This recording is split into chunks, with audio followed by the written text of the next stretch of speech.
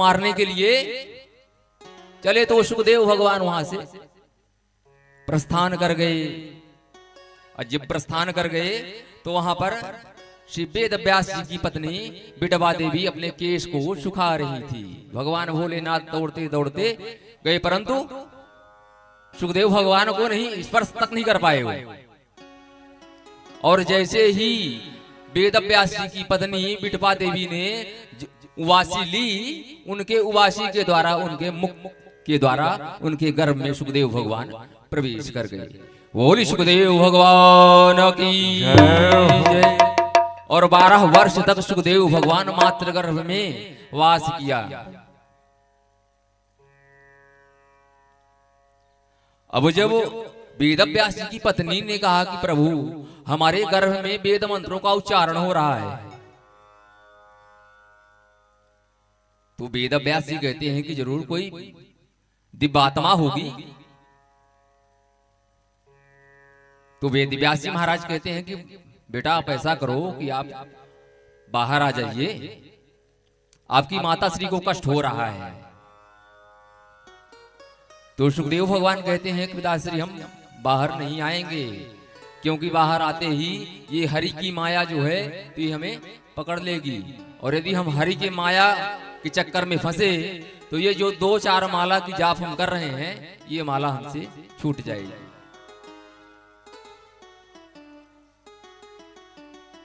यदि साक्षात लक्ष्मीपति आकर कहें कि सुखदेव आप बाहर आइए, तब तो हम बाहर आएंगे, अन्यत्र नहीं आएंगे।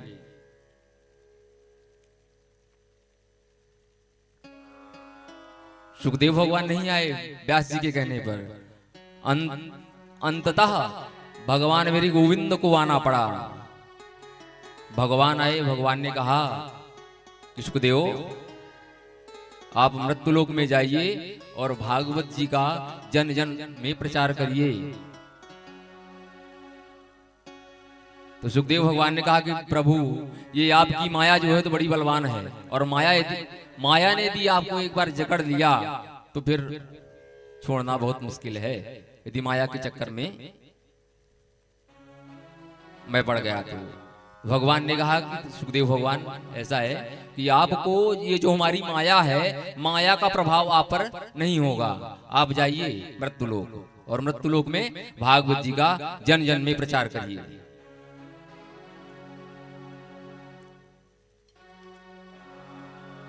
या प्रभजन्तमनुपेतं पेत कृत्यं द्वैपायनो विरह कातारया जुहाव पुत्रेति तन्मयतया तरवोऽभिनेन्दुध्वस्तः सर्वभूतां मुनिमानतोऽस्मि। और जन्म लेते ही सुखदेव भगवान सीधे संन्यास लेने के लिए चल दिए। 4 अंगुल की कोपीन भी जिनके शरीर पर नहीं है सुखदेव भगवान की। अब व्यास जी पुत्र पुत्र कहकर उनके पीछे जा रहे हैं सुखदेव भगवान की। ऐसे ही सुखदेव भगवान को हम प्रणाम करते हैं, और जवाब मिलता किनसे? वृक्षों के मध्य से। पुत्र पुत्र की जो ध्वनि आ रही है वो वृक्षों के मध्य से आ रही है। व्यास जी महाराज सुखदेव भगवान को वापस लौटाकर नहीं आ सकते, नहीं ले आ पाए लौटाकर। ऐसे सुखदेव भगवान का चरित्र है, ऐसे परम संत हैं। यदि संतों की सानिध्य में आप जाएंगे, संतों की सानिध्य जीवन को संवार देती है, और संतों का चरित्र जब जीवन में आप अपनाते हैं तो आपके जीवन में परिवर्तन आता है। बिना गुरु के ज्ञान नहीं मिलता है कि मिलता है? बिना गुरु के ज्ञान नहीं मिलता है। बच्चे को जब छोटा सा बच्चा 4 साल 5 साल का होता है, जब तक उसको विद्यालय आप नहीं भेजेंगे तब तक वो बैठना कायदे से सीखता नहीं है।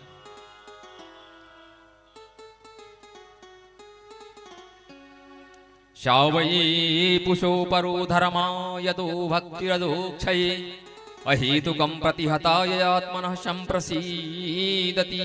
अब मानव के लिए परम धर्म है क्या?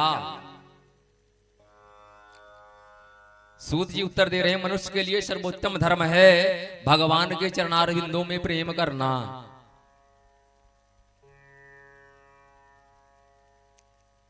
ऐसा भक्त हो कि भगवान के चरणों में हमारा प्रेम हो, कन्हैया के चरणों में हमारा प्रेम हो, और गोविंद के चरणों में जो हम प्रेम करें वो प्रेम ऐसा होना चाहिए बिल्कुल निष्काम, कोई कामना ना हो।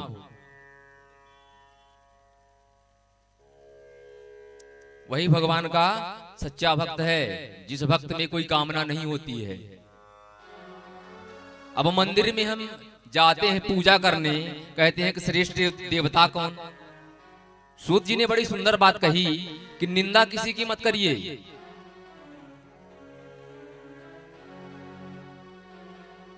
निंदा किसी की मत करिए, निष्ठा जो है तो हमेशा एक में रखिए। घर में आप भले आप बहुत सारे देवी देवता, लेकिन निष्ठा हमेशा एक में रखना चाहिए। जो प्रेम गली में आया नहीं, जो प्रेम गली में आया नहीं, प्रियतम का ठिकाना क्या जाने। जो प्रेम गली में आए नहीं, प्रियतम का ठिकाना क्या जाने। जो प्रेम गली में आया नहीं, प्रिया तम का ठिकाना क्या जाने। जिसने कभी प्रेम किया ही नहीं, जिसने कभी प्रेम किया ही नहीं, ओ प्रेम निभाना क्या जाने। जो प्रेम गली में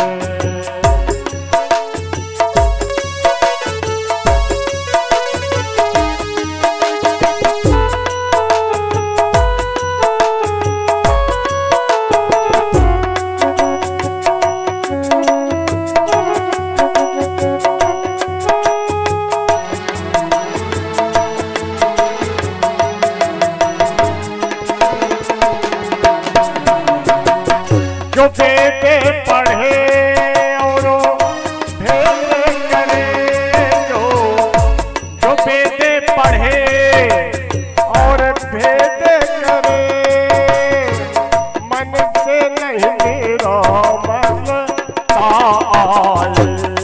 कोई कितना भी चाहे ज्ञान कहे, कोई जितना भी चाहे ज्ञान कहे, ओ